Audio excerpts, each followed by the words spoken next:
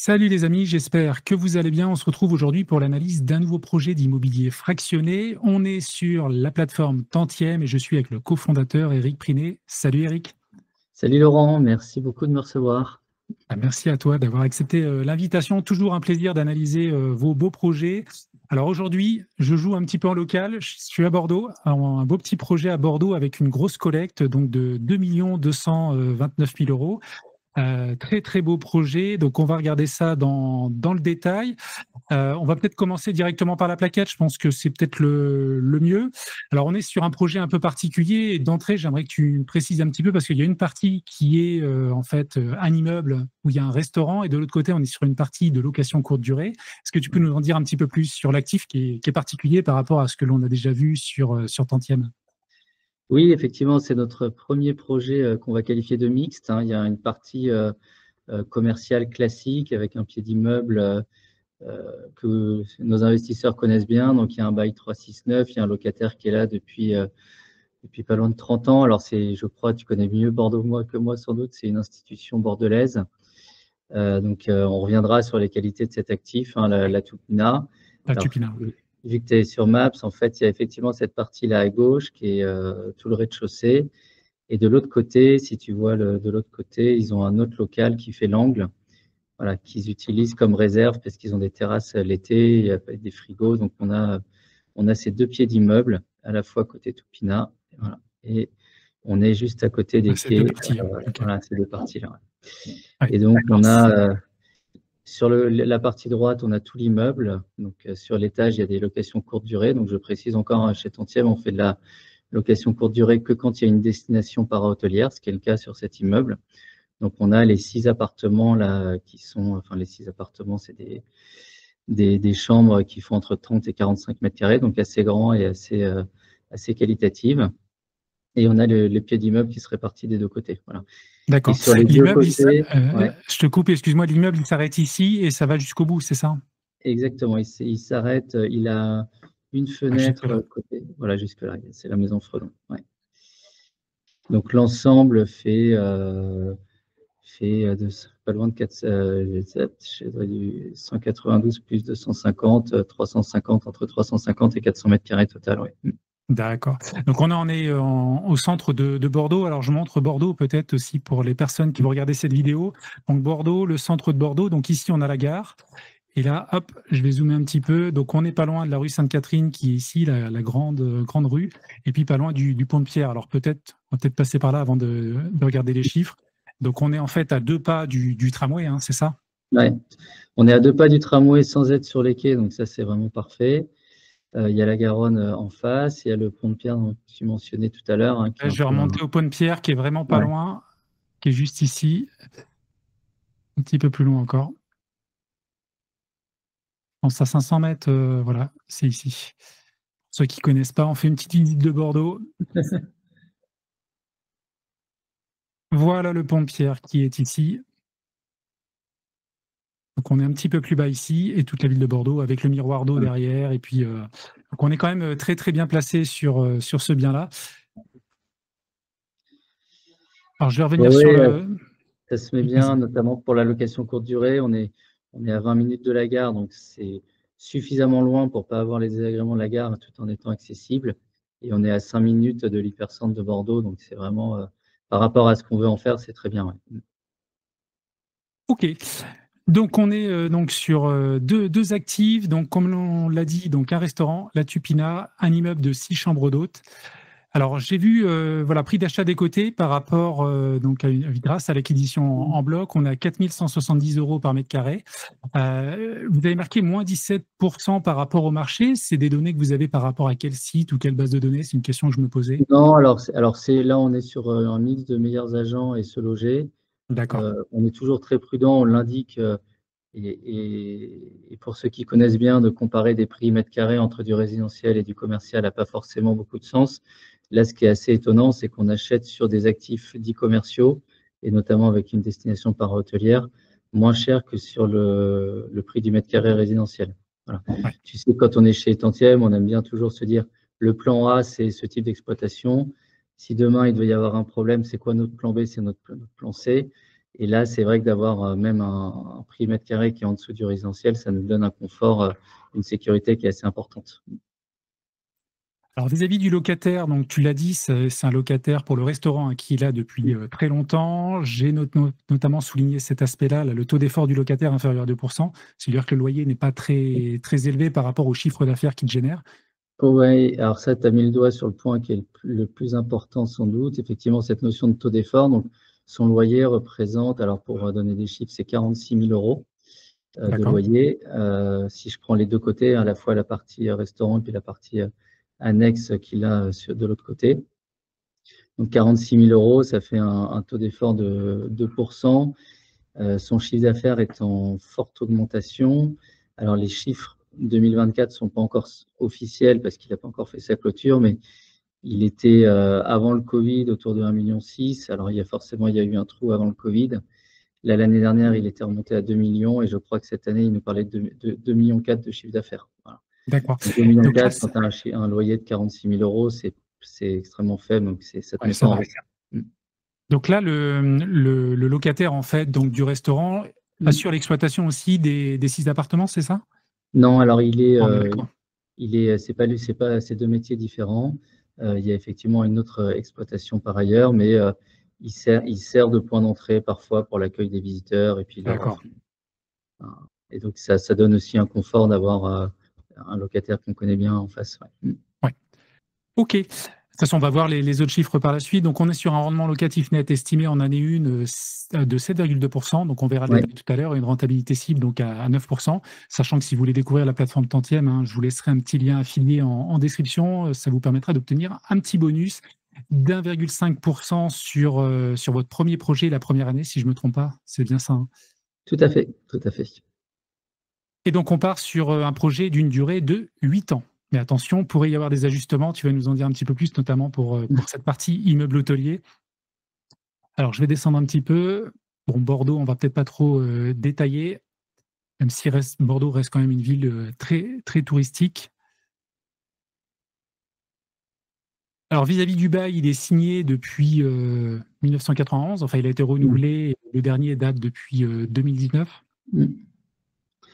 Oui, alors c'est vrai que le locataire est là depuis très longtemps. C'est un ancien chef très reconnu, alors qui a vendu son fonds de commerce en 2019. Le jeune, une cinquantaine d'années, qui a racheté le fonds de commerce, arrive en fin de remboursement de son fonds de commerce, donc ça va lui donner d'autant plus de D'accord. latitude, puisqu'il il a un endettement qui s'allège là, à partir de 2026. Et voilà, quelqu'un de très dynamique avec une super équipe qui est très bien notée. Et donc, effectivement, en termes de. Alors, encore une fois, on pense toujours au plan B. Nous, on souhaite que le locataire continue à bien exploiter son bien et que ça tourne bien. C'est ce qui est favorable pour tout le monde. Voilà. Et en plus, effectivement, je te parlais du taux d'effort. Il y a un prix mètre carré on a fait pas mal notre étude de marché dans le coin. S'il devait y avoir un problème, ça serait un local qui serait assez intéressant pour d'autres restaurateurs ou commerçants autres, puisqu'il a une grande surface linéaire, 2 angles, et donc un loyer qui est plutôt légèrement en dessous du marché. Ouais. D'accord. OK, là-dessus, donc l'ensemble des charges, ou la plupart seront assurées par le locataire. Il y a des travaux qui sont en cours, remaniement de toiture, imperméabilisation de la façade à la charge du vendeur, donc ça, c'est bien. Ouais, C'est le ça vendeur c'est déjà actuel qui le signé, gère. tout à fait, ouais. Le taux d'effort ici, j'avais surligné, pas de souci. Ah oui, effectivement, c'est ce qui était indiqué ici. Donc aujourd'hui, son taux d'effort est à 2,3%, sachant qu'en moyenne, généralement, on est plus à 6-9% sur de la restauration. Donc effectivement, il y a quand même un gap, hein, par rapport au loyer. Ouais, il y a un très très gros gap, hein, c'est important. Et donc, on va arriver donc à la deuxième partie. Alors, j'avais surligné ce point-là. Après, de toute façon, pour toutes les personnes qui regardent cette vidéo, hein, bien sûr, lisez attentivement, tranquillement, à votre niveau, la plaquette. Il y avait un point, moi, qui a attiré mon attention, c'est la possibilité de revendre donc la partie droite, hein, qui est exploitée en location courte durée, de revendre donc le bien à la découpe. Oui, alors nous, la finalité aujourd'hui, c'est de l'exploiter, d'en tirer le maximum de rendement possible. On a pris des hypothèses d'exploitation qu'on estime plutôt assez raisonnables. Je pourrais revenir dessus, mais donc l'idée, c'est qu'effectivement, compte tenu de la qualité de l'actif, on peut l'exploiter en l'état de façon assez performante. Voilà, quand se posera la question de la revente, peut se se poser la question d'une revente en bloc, comme on l'a acheté, ou si c'est plus performant, voilà, comme on a 6 unités indépendantes, on pourrait tout à fait envisager de faire 6 unités pour des plus petits investisseurs, et donc qui pourraient sans doute être assez avantageuses en termes de rendement. Ouais. En plus, vu que c'est à visée commerciale, enfin, ça pourrait être une revente potentiellement avec un changement de destination à usage d'habitation, mais pour un investisseur en location courte durée, ça peut être intéressant aussi d'acheter ce type d'appartement. Ouais, tout à fait, tout à fait. Même si je précise que on va pas faire une opération de marchand, d'acheter et de revendre dans la foulée.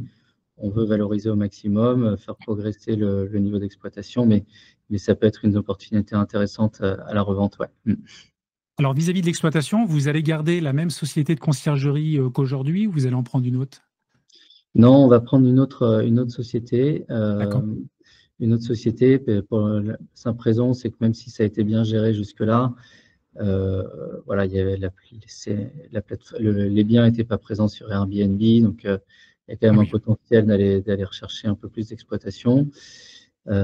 Sur les hypothèses que nous on a prises, on pense avoir pris des hypothèses plutôt conservatrices. ça. Voilà, donc 58% avec un prix moyen de nuit 142 euros du mètre, ce qui est finalement 142 euros la nuit, pardon, ce qui est finalement assez proche de ce qu'on observe aujourd'hui. Et pour info, on a consulté 3 agences locales ou nationales et les estimations qu'on a sont plutôt 20 ou 30% au-dessus de chiffres que nous on prévoit. Donc voilà. On a préféré, tu connais maintenant Tantième, on a préféré être prudent.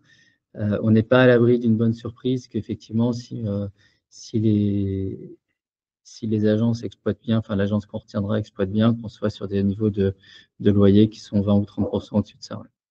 Ouais.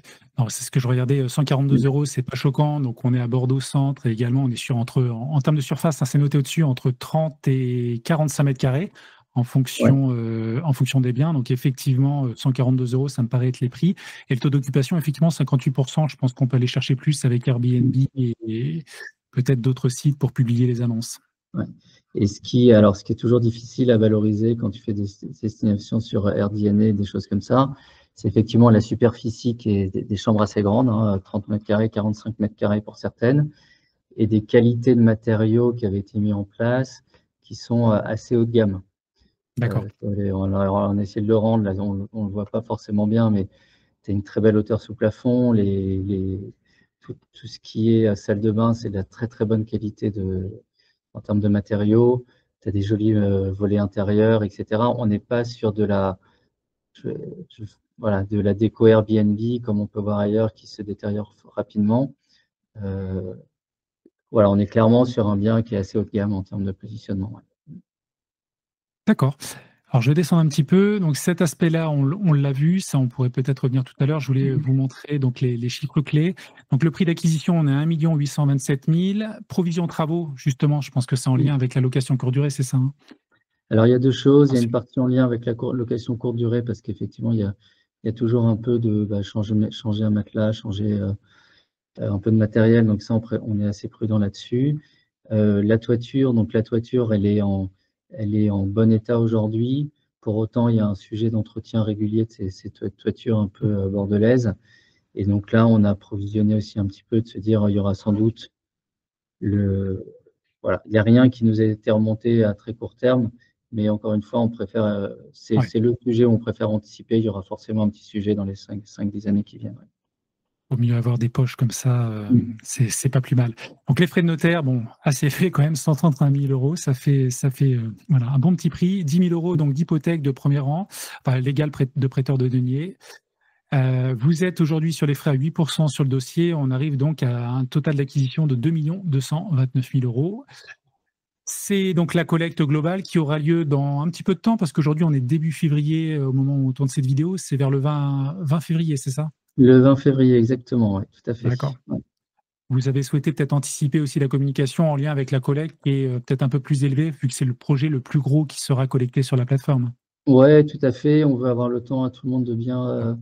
de bien le découvrir. C'est aussi un projet sur lequel on veut en profiter pour voilà, inciter de nouveaux investisseurs à venir chez Tantième. Alors, les derniers projets sont partis assez vite, donc c'est aussi une façon de laisser le temps à d'autres investisseurs. On va avoir un système d'offres un peu de parrainage pour voilà, les nouveaux investisseurs. Donc, on veut en faire un projet un peu emblématique parce que c'est vrai qu'un projet comme ça, même si on analyse beaucoup de dossiers, c'est un des plus beaux qu'on ait eu à analyser de par son emplacement, le côté mixte, le fait d'avoir à la fois les voyants ouverts le côté commercial et le côté location courte durée. C'est vrai que quand tu as toute la checklist qui tombe côté vert, tu es un peu content et un peu excité. Donc, Oui, c'est sûr. Mm. Est-ce que dans le loyer annuel estimé, donc vous avez inclus la partie donc restauration, ça c'est clair, avec une Ouais. augmentation en lien avec l'inflation d'année en année. Pour l'exploitation LCD, donc vous êtes parti sur ce qu'on a dit tout à l'heure, le taux de réservation et le prix de la nuitée à 142 €, c'est ça? Oui, tout à fait. Sachant que ce 178 000, donc il inclut les 46 000 € entre guillemets sécurisés de la Topina. Et donc le reste, c'est le chiffre d'affaires généré par la location courte durée, moins les frais d'agence qui sont assez relativement élevés sur ce type d'actifs parce qu'il faut voilà, accueillir les voyageurs, changer tous les consommables, etc., les frais de plateforme. Donc là, c'est L'encrier, vraiment le j'en chiffre passe, ouais. d'affaires. Ouais. Et là-dessus, nos éléments de benchmark, on était voilà, plutôt autour de 209 000, 210 000 par rapport à ce que nous donnent les 3 agences qu'on a sollicitées locales. Mais voilà, on a préféré être prudent et être proche de ce que finalement le niveau d'activité aujourd'hui. Et on préfère toujours avoir des bonnes surprises pour la suite que de devoir D'accord. dire à nos investisseurs, bon, en fait, on s'était un peu emballé, c'est plus dur que prévu. Donc ce prix-là, c'est donc la globalité des loyers. On a retiré ici l'exploitation donc de la société de conciergerie. Par Oui. contre, la partie agence derrière, frais de gestion d'agence, c'est à ce niveau-là. Là, c'est 9 000 € pour la partie. Alors syndic, je me suis posé la question du syndic. Ça correspond à quoi exactement En ici? fait, côté Tupina, il y a quand même un syndic, parce qu'on est en D'accord. pleine propriété sur la partie droite, hein, quand tu vois l'immeuble, et sur la partie gauche, il y a quand même un. Donc, il faut quand même participer aux réunions d'AG, enfin aux copros, etc. Et, d'expérience, même s'il y a une agence qui gère bien localement, voilà, ça prend un peu de temps de suivre, de faire l'interface, de les piloter, de les motiver. Donc, on est sur voilà. Oui, ce côté-là est en. En haut, là, il y a des appartements, j'imagine, au-dessus, c'est Oui, ça? tout à fait. Et on est en pleine D'accord. propriété à droite. Ok, non, non, ça me permet de mieux comprendre cela. Donc, on est au final à 7,2% donc de rentabilité enfin, brute pour l'investisseur, net après les charges donc diverses et variées qu'on a évoquées. Et en année 8, donc avec une augmentation de 2%, on serait à 9,2% brut et à 8,2% donc de rentabilité nette. Pas de souci. OK. Alors, je voulais également partager donc l'analyse de sensibilité. Ça, c'est toujours important. Et là, j'aime bien vous laisser la parole pour reprendre cet aspect-là parce qu'il y a une cible également en lien avec l'appréciation aussi de la valeur du bien. Est-ce que tu peux nous en dire plus sur ce TRI cible? Oui, alors ce TRI cible, c'est vrai que ça fait tout de suite des tableaux un peu barbares, mais c'est extrêmement important. Donc, on a d'un côté la partie taux de capitalisation à la revente, c'est-à-dire que va attendre un investisseur sur ce type d'actif. Alors, nous, à chaque fois, on estime qu'on va revendre au même taux de capitalisation que celui auquel on achète. Donc là, à peu près 7,2%. En bas, alors, merci à l'un de nos, je veux dire, concurrents, mes confrères, qui nous a alerté sur ce petit tableau en dessous, là, que tu peux voir, qui est un tableau issu d'une étude CBRE, et qui dit sur la partie hôtellerie, para-hôtellerie, quel est le taux de capitalisation qui est attendu par des investisseurs aujourd'hui en France. Voilà. Alors, il y a différents cas de figure. Est-ce qu'il y a un exploitant avec un bail commercial ou pas d'exploitant? Mais tu vois qu'on est plutôt entre 5 et 6%, ce qui nous laisserait présager plutôt de bonnes surprises à la revente. Mais encore une fois, moi, j'ai pas de boule de cristal, je ne sais pas ce que ce sera dans 8 ans. Ce qui est sûr, c'est que si les taux sont très bas dans 8 ans, on sera plutôt vers la partie droite du tableau, donc un 6,2 ou un 5,2, que aujourd'hui on achète avec des taux de capitalisation relativement élevés par rapport au marché. Voilà. D'accord. Et la partie gauche, c'est le chiffre d'affaires qui est généré. Alors forcément, plus on va générer de chiffre d'affaires, plus le TRI sera important. Et donc là, aujourd'hui, comme je t'ai indiqué, on a pris une hypothèse de 178 000 euros de chiffre d'affaires, donc qui inclut la partie Tupina, qui est proche de ce que ça génère aujourd'hui. Et pour te donner des éléments de comparaison, les 3 agences qu'on a consultées, elles nous donnent des hypothèses de chiffre d'affaires plutôt autour de entre 210 et 220. Voilà. D'accord. Pour la partie haute du tableau. Mais bon, on se méfie un peu des agences, etc. et de leur vision parfois un peu optimiste, mais c'est vrai qu'on n'est pas à l'abri de bonnes surprises là-dessus. Ouais. Ok, c'est très clair. Non, mais effectivement, donc pour l'investisseur, donc justement, peut-être rappeler aussi le mode de fonctionnement de l'immobilier fractionné, même si je pense que la plupart l'ont compris, c'est le fait voilà, d'investir.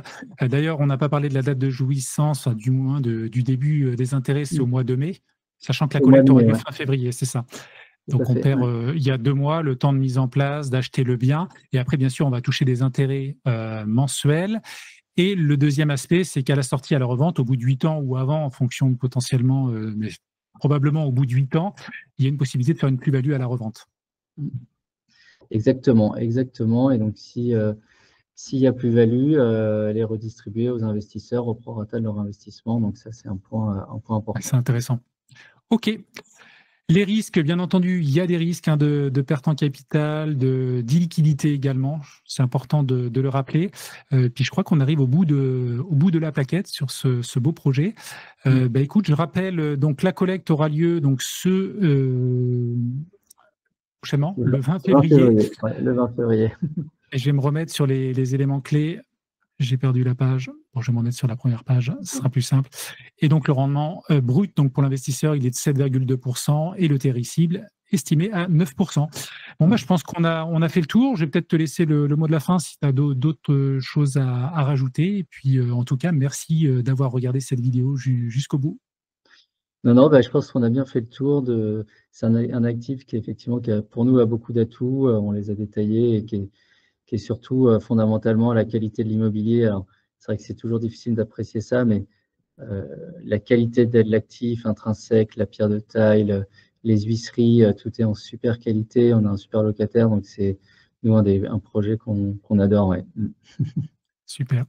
Écoute, merci Eric. Merci beaucoup, Laurent.